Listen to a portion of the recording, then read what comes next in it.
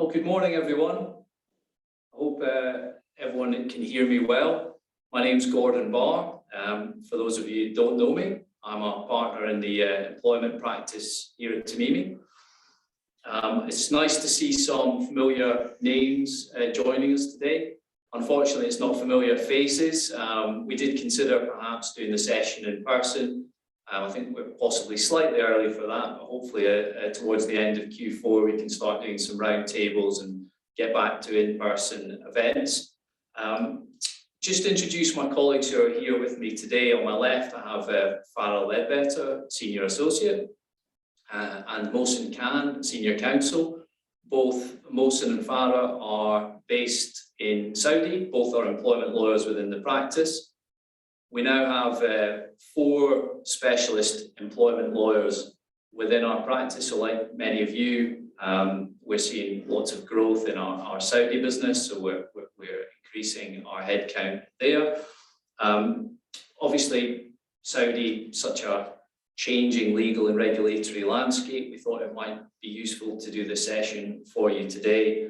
And we'll basically look at some key considerations, some recent developments, and some developments that are due in the pipeline.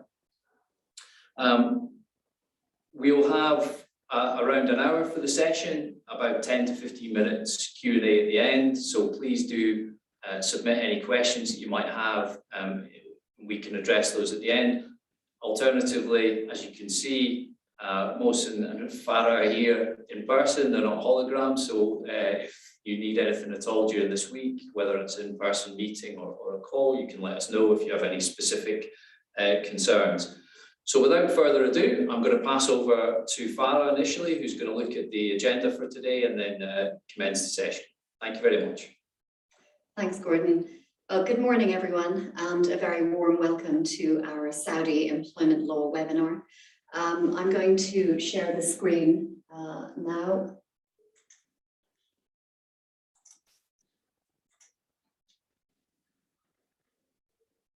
So hopefully everybody can see the agenda. And I'm going to start us off by talking about the beginning of the life cycle of an employee from recruitment to engagement. And then I will look at providing an overview of the key employment rights in a country that has been grabbing the business headlines since the launch of its ambitious Vision 2030.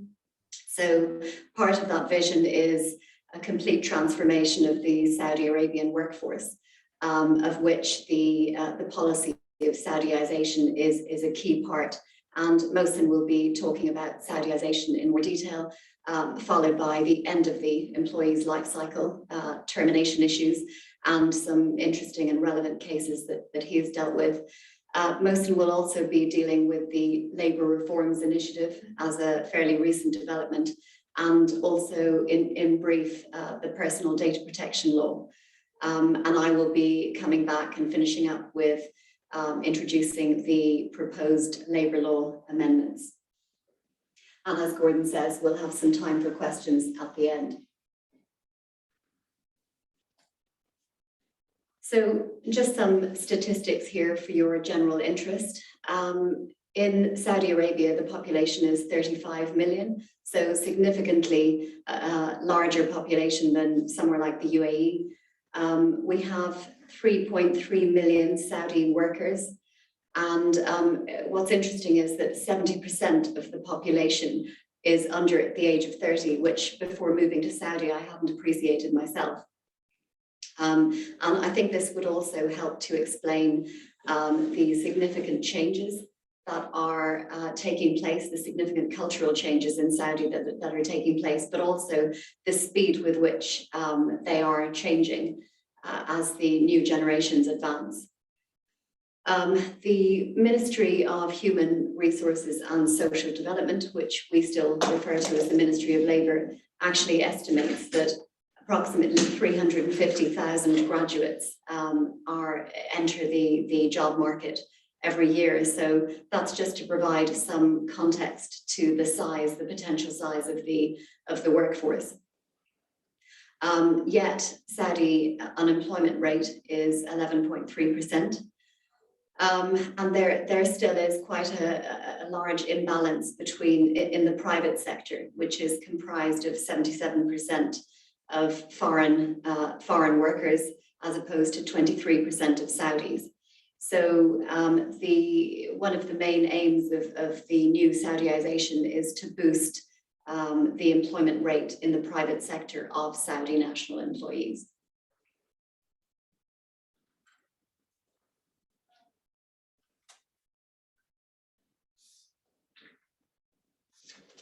So moving on to recruitment, the recruitment conditions for recruiting Saudi nationals versus non-Saudi nationals differs vastly. And although the recruitment of Saudi nationals is a lot more straightforward, one thing that we thought would be interesting to mention would be you might want to think about what's in your offer letters when you issue them to Saudi national employees. First of all, do you use offer letters? If you don't, then perhaps you should, and look at specific wording that should be incorporated into offer letters, making the employment conditional upon, passing certain credit checks or, certain other criteria that needs to be met. This would make it easier and would potentially avoid the situation where you're having to rescind or retract a full contract of employment that might have been issued, which is risky and leaves room for the employee to claim that they have been to claim compensation for unlawful termination if a full contract has already been issued and accepted. The recruitment of non-Saudi nationals is a much trickier and lengthier process. So this requires, first and foremost, the sponsorship of a work and residence permit, which is known as the Iqama. It also requires ministry approval for a work visa if the candidate is outside of Saudi, and also the transfer of sponsorship if the candidate is already in Saudi. Also required is a full employment contract with the sponsoring entity, and that then assumes total responsibility for the foreign employee.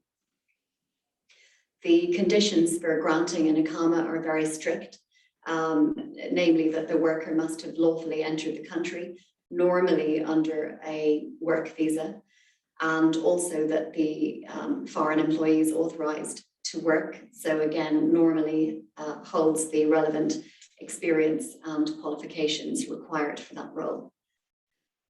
The last point, visa contract, and is really just making the point that often a short form contract is issued at the outset for the purposes of the visa and the immigration requirements, but is then superseded when the employee starts work, when a fully comprehensive and legal binding employment contract follows.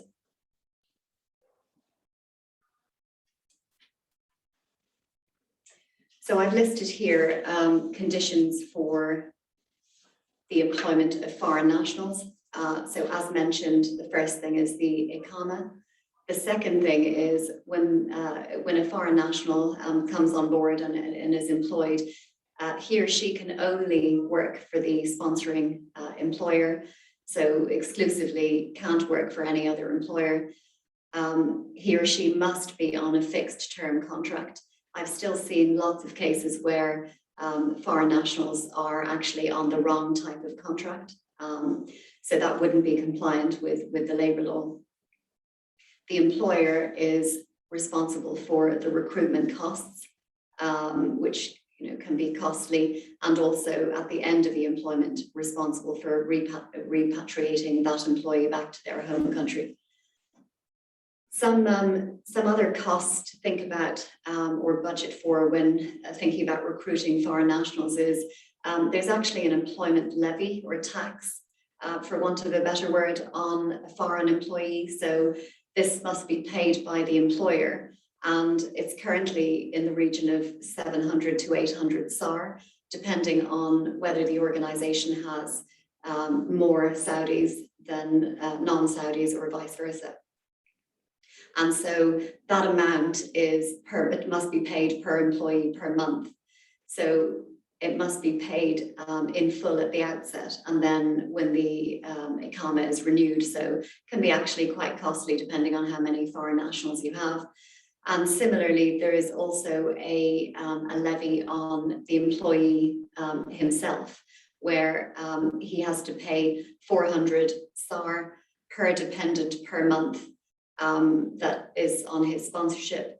So again, the whole amount must be paid up front and on the renewal. So unfortunately for many foreign employees, this is actually too expensive, and they've had to send dependents back to the home countries.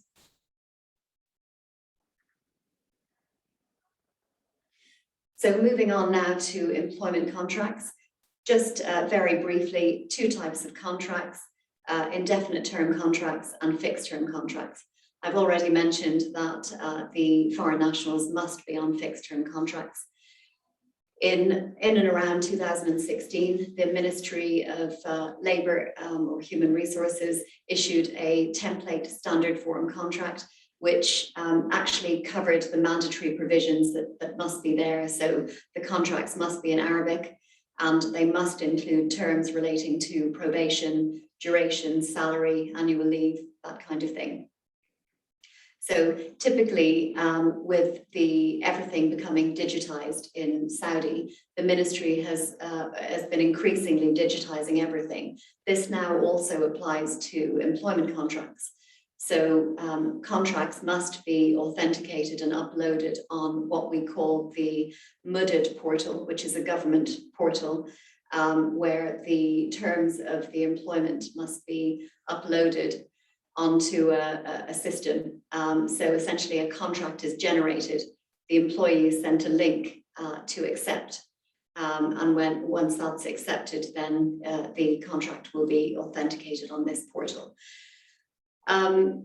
Unfortunately, there is, and this is what we call the unified contracts, because different portals come into play depending on whether you're Saudi or non-Saudi. So the problem, unfortunately, is that it's still relatively new. So there's a few gray areas, one of which is that although it's a requirement, we don't yet have a timeline or a date for compliance.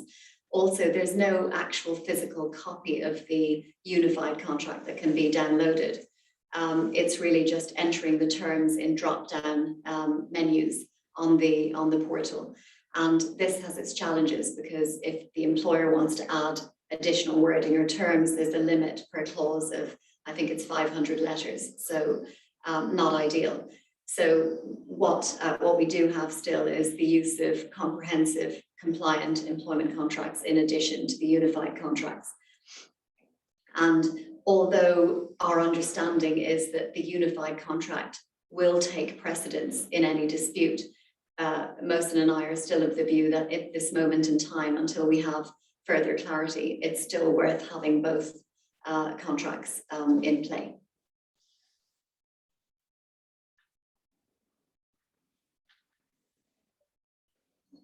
So moving on now to the actual labour law itself and the statutory rights contained in there.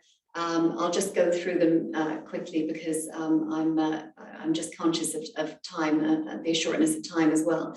The working time limits that we have in Saudi there's a cap of an 8-hour day.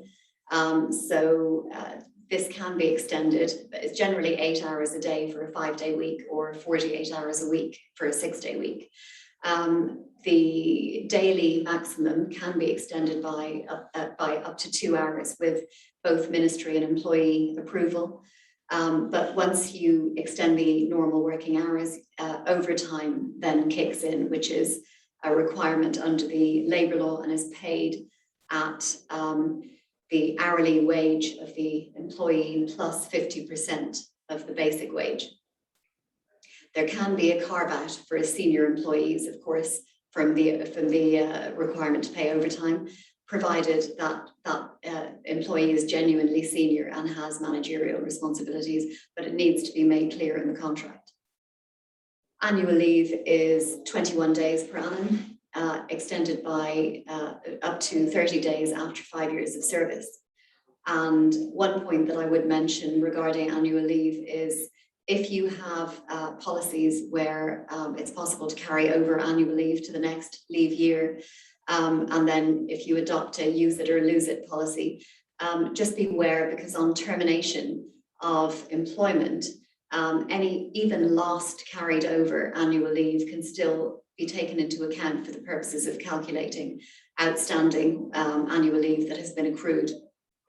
So it's we've had to look at some policies recently and tweak the wording so that we make sure that carried over leave is monitored. It's taken by a certain date, and if the employee hasn't taken it, then the employer actually has the right to force that carried over leave to be taken so that it stops and is not payable on termination.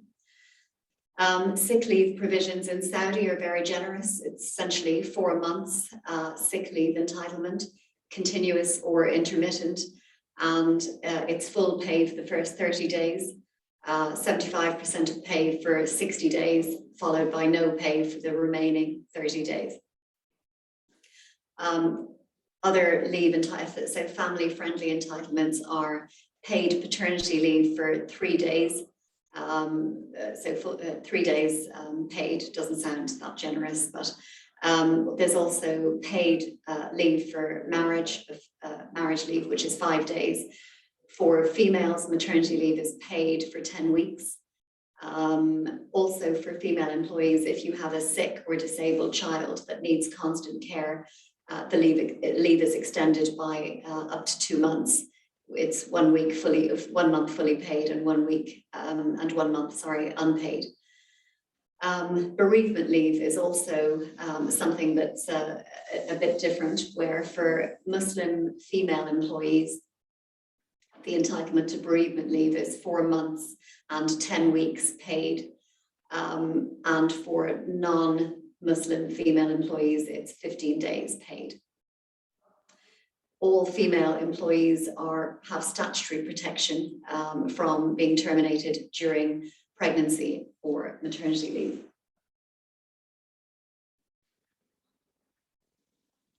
And then just a brief look at other statutory entitlements. Everyone is entitled to an end of service award, whether it's Saudi or non-Saudi, regardless of length of service. So I think that's something that differs from the UAE.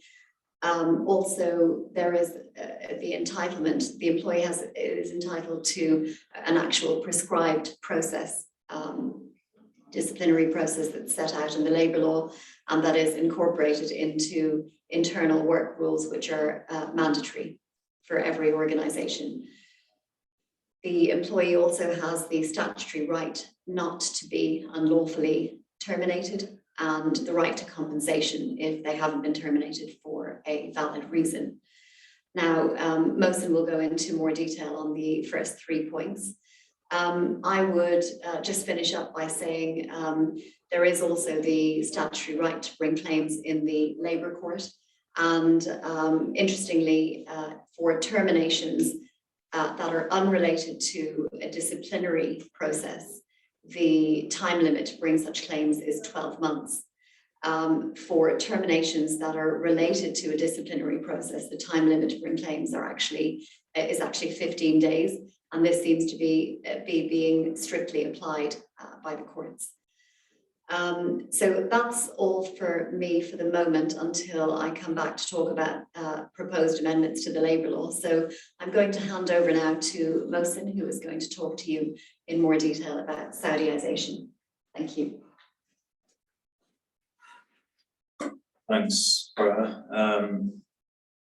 Hopefully everybody can hear me okay, and thank you for taking the time to join the webinar this morning.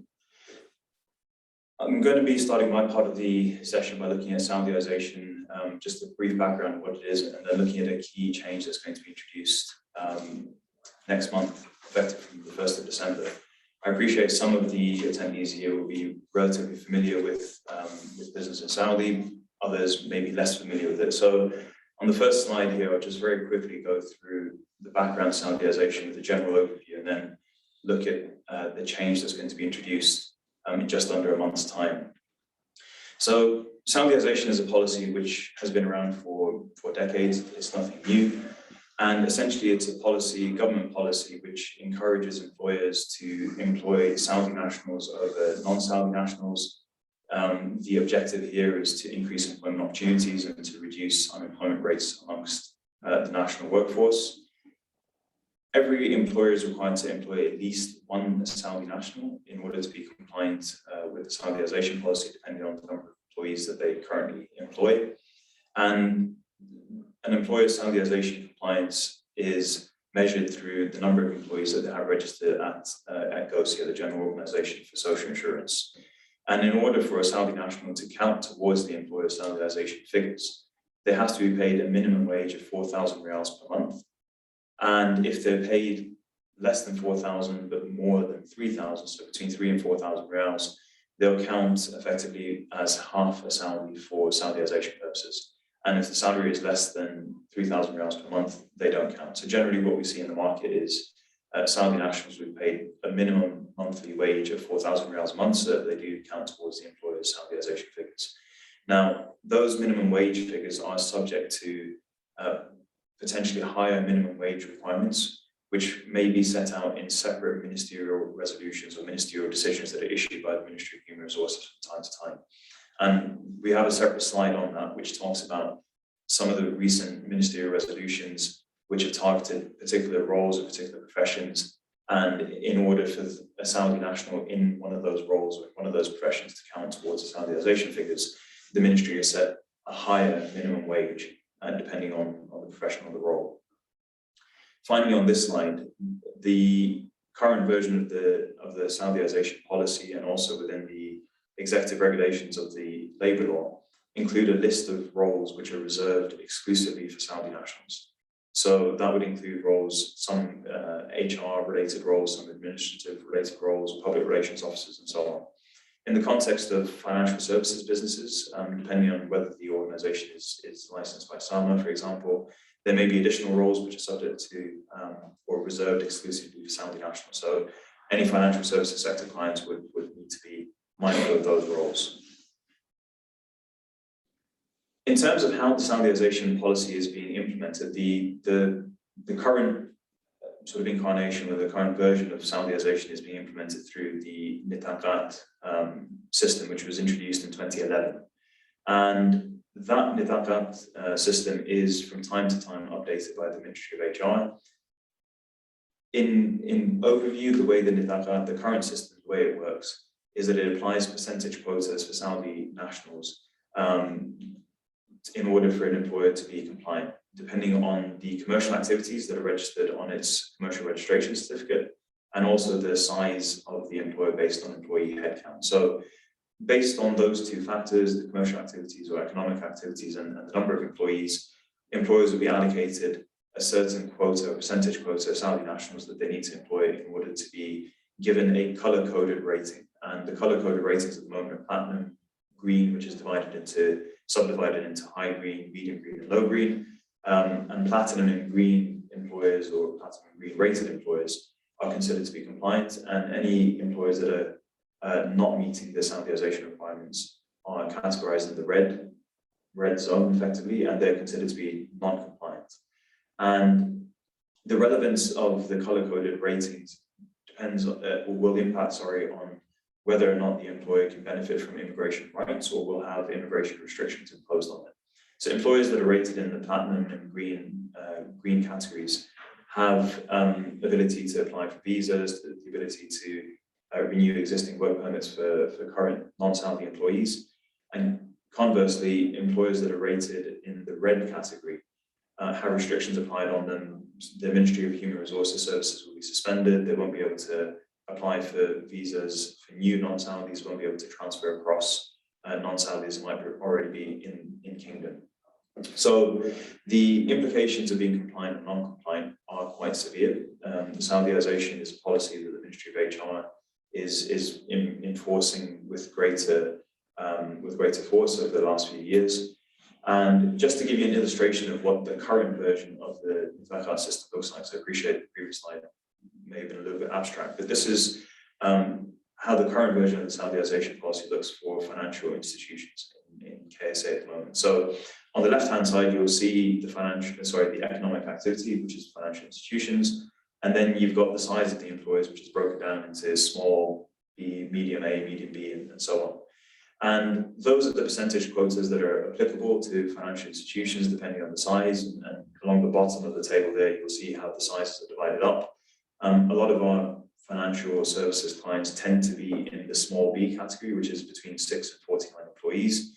So if we look at the top row there, in order for a small B category employer to be in the platinum rated category, they would need to have a minimum of 88%, and then the percentages drop from there. Now, the important point with this is that once, say for example, if you do have an employer who's in the small B category, once they achieve that 88%, as long as they remain within that small B, they will be able they will remain in that platinum category without having to necessarily employ any more Saudi nationals. So as long as they meet that minimum threshold, they can remain at that level without employing more, which is not exactly in line with what the Ministry of HR is seeking to achieve through the Saudization, which is to increase employment opportunities.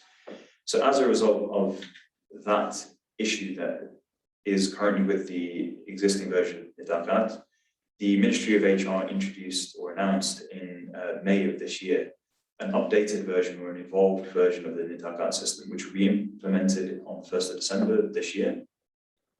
And it's the most significant update to the Nidakat system since 2017, which, and in 2017, for those of you who have some experience in Saudi going back a few years, in 2017, the Ministry of HR increased the percentage quota, so it made it basically, it increased the requirements to employ more Saudi nationals. But as I mentioned on the previous slide, once they hit that minimum threshold, then they would be in whatever color-coded category that they were allocated to. Under the new version of Nidakat, the first change is that it's going to reduce the number of economic activities. Currently, under the existing version of Nidakat, there are 85 different economic activities. And under the new version that we implemented next month, it's reducing or grouping those 85 activities down to 32 activities. But the most significant part of this new system is that the Saudization requirements that will be applicable to any employer will depend on a couple of factors. One is, again, still the economic activity that the employer is engaged in, the number of employees that they have, and the current Saudization rating that the current Saudization percentage that the employer has. And there's now, under the new system, a formula that the Ministry of HR has devised, and there's an online calculator that employers can go on to the Ministry of HR website, put in the different variable details that need to go into the formula or into the website page, and it will then tell you what your Saudization requirements will be over the next 3 years. And the Saudization requirements will increase over that 3-year period. So if we look very quickly back to the previous slide, where you have these static percentage quotas that apply to you, and as long as you have that minimum percentage, you would remain in either the medium green, high green, or platinum rating. Under the newer version, those percentages will increase. And the effect of that will be that as an employer, if you want to remain in the platinum rated category, you will need to employ more Saudi nationals in the 2nd year and in the 3rd year. And if you don't, or if the employer doesn't, then the effect will be that because the percentage requirements will increase, if the number of your Saudi nationals remains the same, then it will have the effect of dropping you down into if you're currently in the platinum, it will have the effect of probably dropping you down into the high green category in the 2nd year, and possibly into the medium green category in the 3rd year.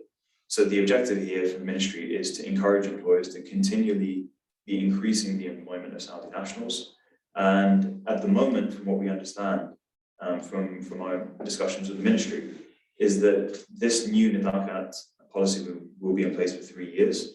At the moment, they haven't been able to provide any details of what's going to happen after that 3-year period. So at the moment, we don't believe that it's a kind of rolling 3-year plan. But employers will need to go onto the Ministry of HR account, check what their requirements will be over the next 3 years to ensure that you will remain compliant, to ensure that you will be able to obtain visas and so on and be able to renew work permits. So that's a significant change.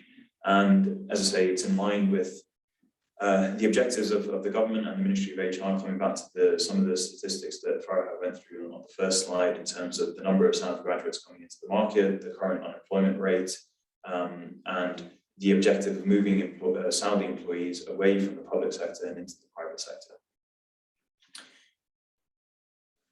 I mentioned a little bit earlier on that the Ministry of HR has introduced a number of different initiatives in terms of increasing Saudization. Just very quickly, I mentioned before that they increased the wage. So previously the minimum wage for Saudization was 3,000 riyals a month. In April this year, that increased to 4,000 riyals a month.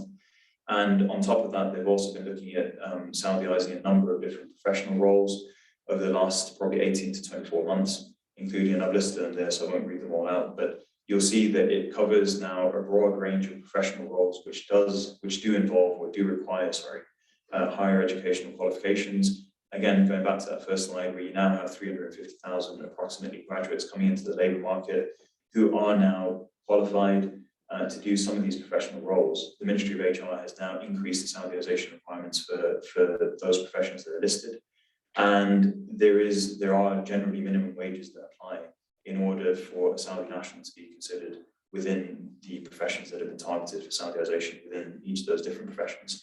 The most recent ministerial resolution was introduced last week, and that covered the last two bullet points there about marketing roles and some secretarial and administrative roles. So again, the direction of travel here is Saudization is only likely to increase, not decrease. And it's something that all employers do need to be mindful of when they're looking at their workforce planning strategies, certainly over the next 3 years under the new Saudization, but also on a longer term basis as hopefully your operations develop in KSA. Finally, on Saudization, just very quickly, in terms of penalties for non-compliance, the Ministry of HR can suspend its services to an employer which is considered to be non-compliant with Saudization requirements, and that can include a block on being able to apply for visas, transferring sponsorship of any non-Saudi expats who are currently in the Kingdom, and also not being able to change professions for expats. And in addition to that, there can also be a fine of 20,000 riyals per employee where there are non-Saudis employed in roles which are reserved for Saudi nationals. And that also applies to any professions where they've increased Saudization requirements for any particular targeted roles. Moving on to termination of employment. So often with most clients and also with financial services clients, we are asked to advise on issues related to termination of employment. So very quickly, in terms of the labour law and the position in terms of termination, Article 74 of the labour law sets out a number of reasons under which employment can be terminated. Non-renewal of fixed-term contracts is often the most straightforward way of terminating employment, where you have an employee who's on a fixed-term contract, and that can be either a Saudi national or a non-Saudi national, as Farah mentioned earlier on. Non-Saudi nationals should be employed on a fixed-term contract. And where you do have employees employed on a fixed-term contract, provided that the minimum notice of non-renewal is given, then there doesn't need to be a specific reason for terminating employment. Employment would simply just terminate on the expiry date, provided that the minimum either 30 days or any longer contractual notice of non-renewal has been issued. Similarly, termination by way of mutual consent is another lawful grounds for termination of the labour law, provided that the employee has provided their written consent. Often, where it's going to be a mutually agreed termination, the employee will almost, not always, but it will in most cases ask for some form of an ex gratia payment to be made in order for them to consent to the termination of their own employment. And there's no requirement under Article 74 for an ex gratia payment to be made. And essentially, it's a matter of negotiation between the employer and the employee as to the amount of the ex gratia payment. In most cases, the amount of the ex gratia will be linked to the potential compensation that the employee could be entitled to if they went to court and if they're successful in a claim for unlawful termination. And we'll come a little bit later on to the statutory formula for calculating compensation. But a mutually agreed termination is a valid reason, and often that form of termination carries the least risk for employers for termination. And then similarly, the Article 74 also covers some other grounds for termination, retirement, redundancy on limited grounds, and the Labour Court's been known to apply a very narrow approach or a very narrow interpretation to what is considered to be redundancy. Broadly speaking, there are two scenarios. One is where there's a complete closure of the business, which is less often the case, but where we get asked in more cases in the context of redundancy is where an employer no longer has a requirement to for the type of work that the employee is engaged in. And under the Labour Law, under Article 74, one of the possible grounds for termination is where there is an end of the work in which the employee was engaged in. Now, the Labour courts apply that very, very narrowly, and often when we get asked to advise on that, what the employer is saying is that, look, he's employed to do X role, his day-to-day duties are actually a lot more limited than that. And the difficulty we would have there is that if you have a role which is more broad than what they're actually doing in practice, there is a risk that the Labour Court would consider that because their role is more broad, the employer should have kept them in employment and kind of effectively realigned their role or redeployed them into another role within the organisation, particularly with the employee as a Saudi national. So those are broadly the grounds for termination under Article 74. Sorry, the last one there is termination by notice, and we'll come on to that in a separate slide. And in addition to that, there are also grounds under which an employer or an employee could summarily terminate employment under Article 80 and Article 81 of the Labour Law. And for those of you who are based here in the UAE, that would be broadly aligned to Article 120, I believe, of the Labour Law here. So on Article 80 of the Labour Law, Article 80 sets out a number of grounds on which employment can be summarily terminated, and the employee would therefore have no right to notice or to receive their end of service gratuity. And again, I won't read out everything that's on the slide there, but essentially it covers a number of grounds where the employee could be considered to have committed some kind of gross misconduct, or they failed to observe or meet the essential obligations of their contractual role. And it also includes cases where an employee may have had a period of unauthorized absence, either 30 days or 15 consecutive days, provided that there isn't a valid reason for their absence, or and also, sorry, that they've been given an adequate warning as required under the Labour Law before they're summarily terminated. The key point with Article 80, and this is now linking on to the next slide, which deals with disciplinary processes, is that the employee has to be given an opportunity to object to the proposed summary termination before the decision is made to terminate. So this brings us on to the next slide, and this is often where we, in the context of misconduct-related issues, we're asked to advise, and this applies to financial services clients as well as with most other clients. So as Farhan mentioned earlier on in the session, employees have a statutory right to due process when it comes to disciplinary or allegations of misconduct.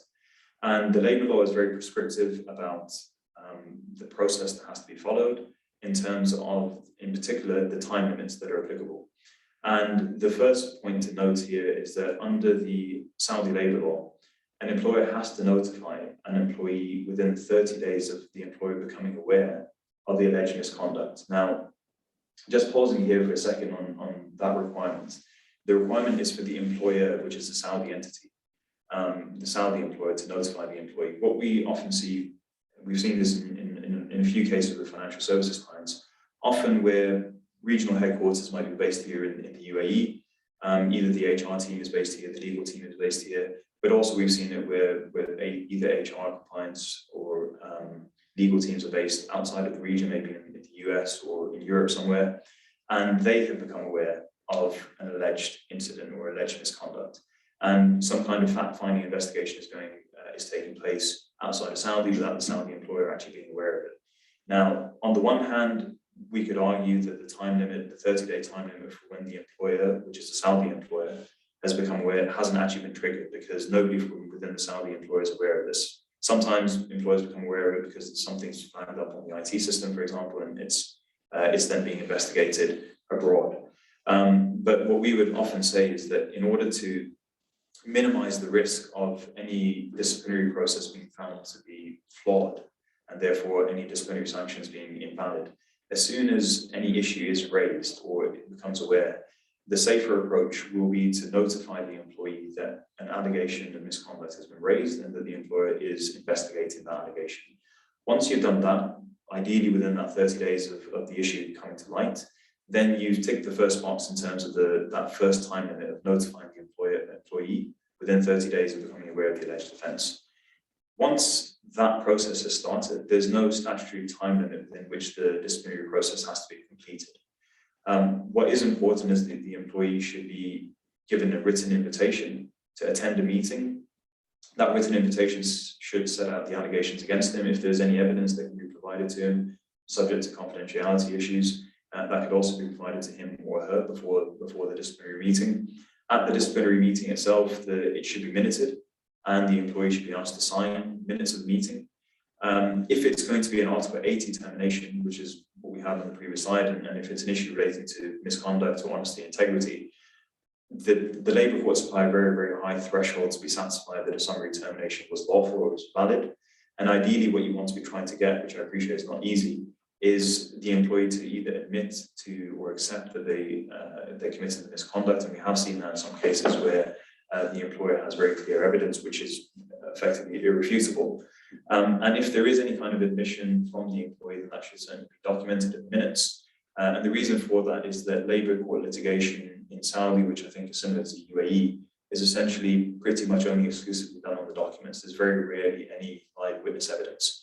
So if the lawfulness or the validity of the termination is hanging on the documentary evidence that's going to be presented to a court, then it's very important for, first of all, as an employer to be able to show that the process was started in time, that the employee was notified in writing of the allegations against them, and if they do admit to any of those allegations, that those admissions are documented and recorded. And the other time limit that is applicable, and again, the Labour courts apply this very strictly with basically no room for any leeway on this, is that once the employer has concluded the investigation, and if they found that the employee had committed the offence, the employer then has to issue a disciplinary sanction within 30 days of concluding that investigation and establishing the employee's guilt, as it's referred to in the labour law. Now, again, an important point here is that if the investigation is going to be ongoing following the initial meeting with the employee, then that again should be documented to show that the investigation will be ongoing after the initial meeting with the employee. Just very quickly on this, and just conscious of time as well, HR matters in Saudi need to be managed by Saudi nationals as far as possible. And again, where you have an HR team which is primarily based out of the UAE, it'll be important to ensure there is somebody on the ground to be managing that part of the process. Often we get asked to advise about whether or not performance is a valid reason for termination. Generally speaking, performance is not recognised under the labour law as a valid reason for termination. And the labour courts are also generally reluctant to accept performance as being a valid reason for termination. So again, if performance is going to be the reason for termination, we would need to think carefully about what the potential grounds could be. But as I say, we would need to approach that with caution, given that it's not recognised in the labour law. Finally, in the context of financial services institutions, there will also be regulatory considerations if any of the employees that are being terminated are considered to be registered persons, and that would generally involve notifying the relevant authority of the employee's termination of employment. Notice periods, very quickly, just to go through the statutory notice period for an indefinite term contract is 60 days. And where it's or subject to any longer contractual notice period, and for fixed term contracts, it's 30 days of non-renewal of the contract. It's not lawful under the Saudi labour law to terminate a fixed term contract prior to the due expiry date by one party giving notice of termination to the other party. In terms of garden leave, this is something that we often do see. The labour law doesn't expressly provide that any provisions around garden leave, but it is something that's done in practice, and particularly with financial institutions, we do see that applied in practice. If it's going to happen, we would recommend that it's just documented to show that the employee remains employed, remains bound by terms of employment, in particular confidentiality, and if that's done, then in practice, that's really an issue. Just click onto the slide. Just click onto the slide. Yeah.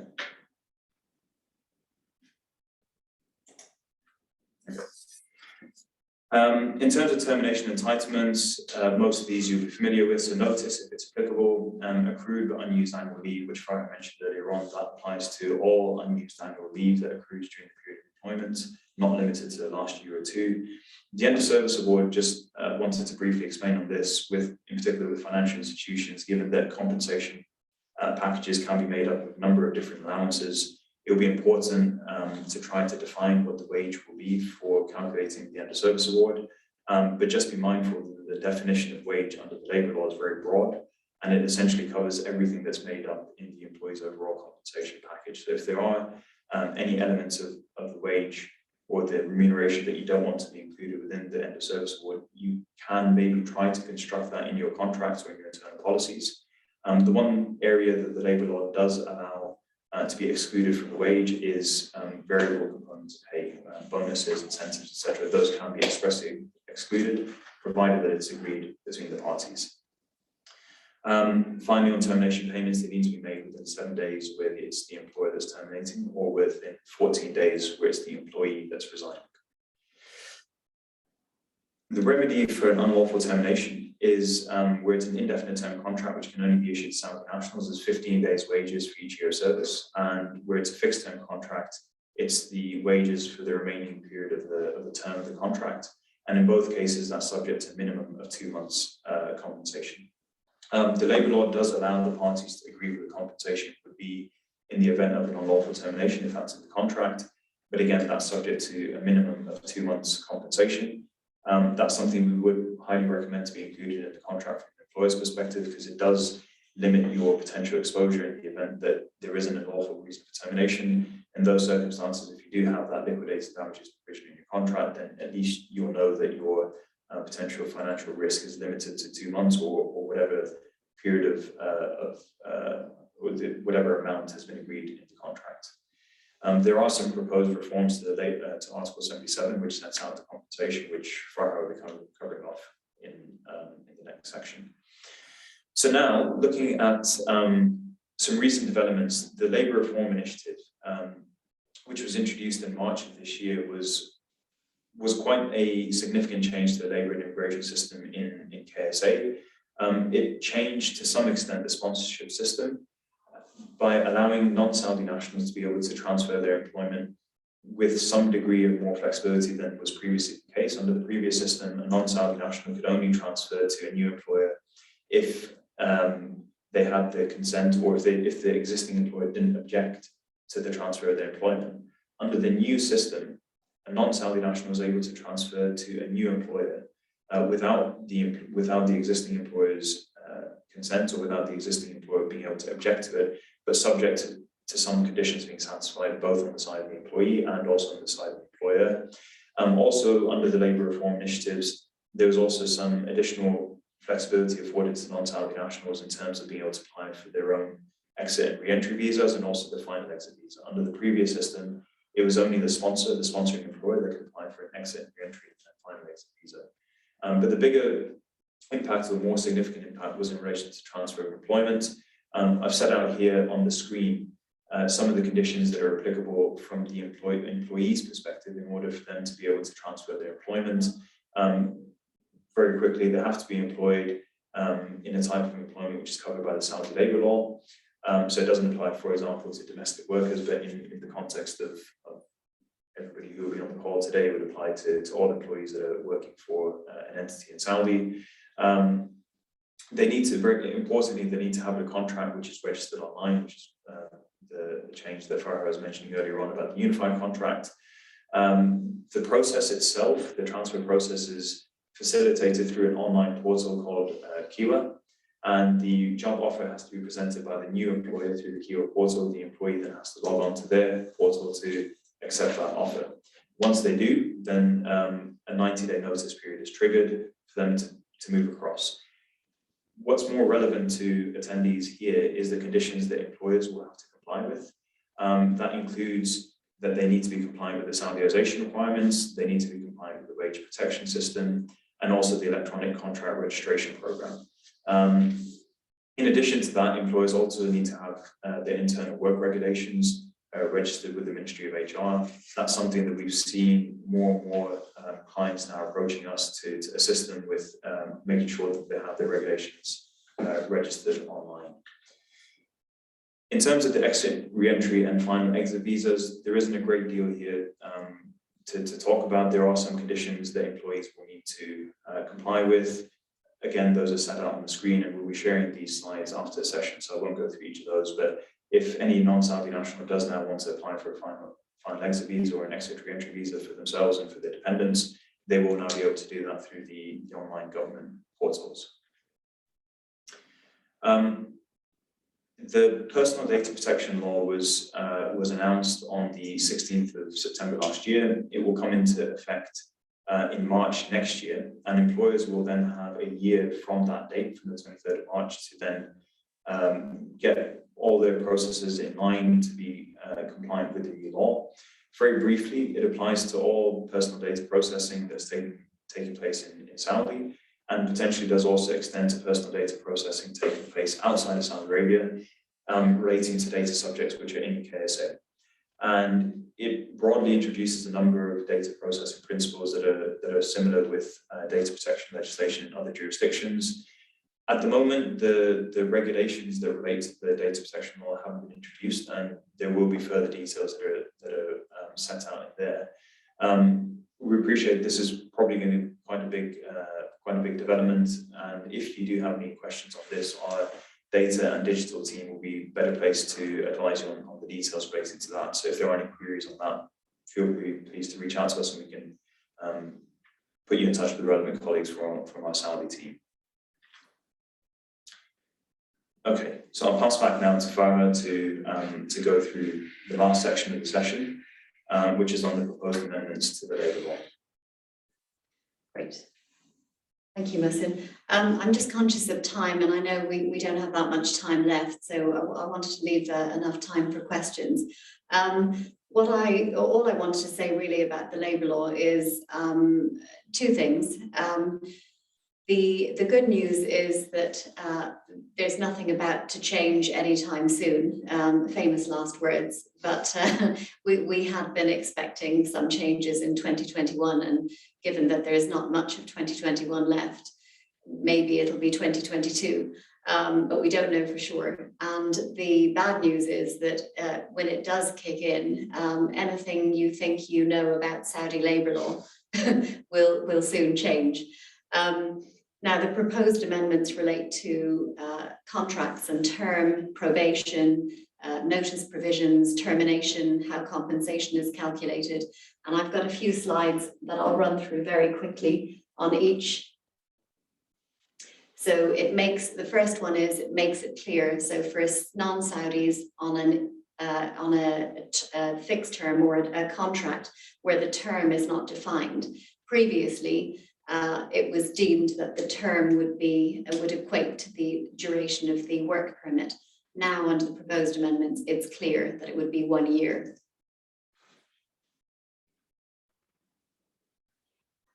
Probation, previously you could have a 90-day probation period extended with consent by a further 90-day period, provided it didn't go over 180 altogether, 180 days.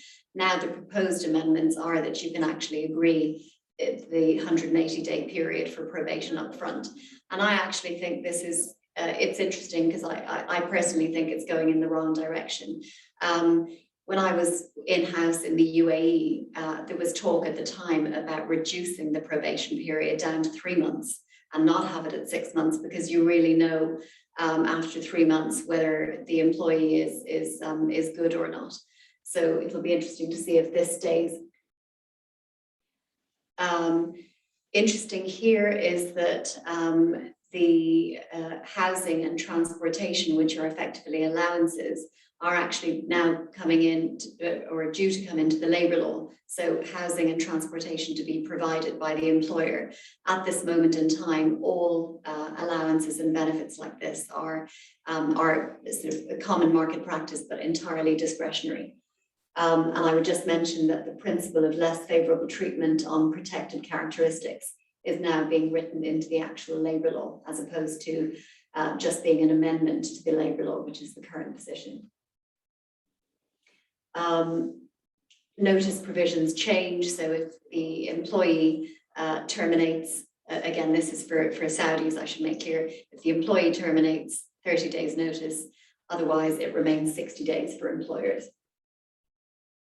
Compensation also changes, or it will change, so that if the compensation is, if the termination is made by the employer, the compensation is increased to 1 month wages for each year of service. If the termination is by the employee, it remains at half a month's wage. And as Mohsen says, this doesn't prevent us from using the liquidated damages clause, which, you know, in our opinion, saves lives. Finally, maternity leave will increase from 10 to 14 weeks. So that's really the proposed changes in a bit of a rush, but if there's any questions, then would be good to hear them. Thank you very much, Mohsen and Farah. I hope everybody found a useful session. I know from speaking to many of you that oftentimes it's Saudi Arabia that keeps you up at night, and it sounds like there's quite a few changes in the pipeline, which hopefully won't cause you more sleepless nights. If you do have any additional questions at the moment, one of the questions is just a practical or logistic one, whether or not we can share the slide deck, which we're more than happy to do so. So if you, we'll leave that with our events team just to forward on the slides to you, and in due course, if you have any questions for Mohsen or Farah, we'll also provide their details to you. They're in Dubai this week if you had anything that was pressing. If not, do reach out to us should you need anything at all. Thank you all for your time this morning. Appreciate it. It's great to have you in your busy schedules, and we look forward to seeing you in person hopefully soon. Many thanks.